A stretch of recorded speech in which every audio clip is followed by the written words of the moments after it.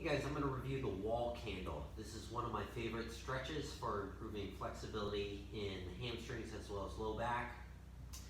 And you'll see why I love this stretch so much. So you're going to have to use a wall for this one. And similar to some of our other stretches, your legs will be on the wall while our back is actually on the ground.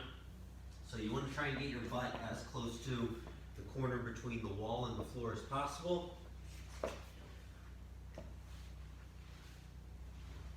So legs will be extended straight upward, toes are pointed down towards me, legs are against the wall, butt's in the corner,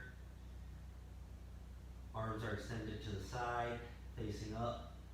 And all you simply do is just lie here and hold the position. Sometimes I even fall asleep in it. So when you're getting out of this, just simply roll over to one side. And that is the wall candle.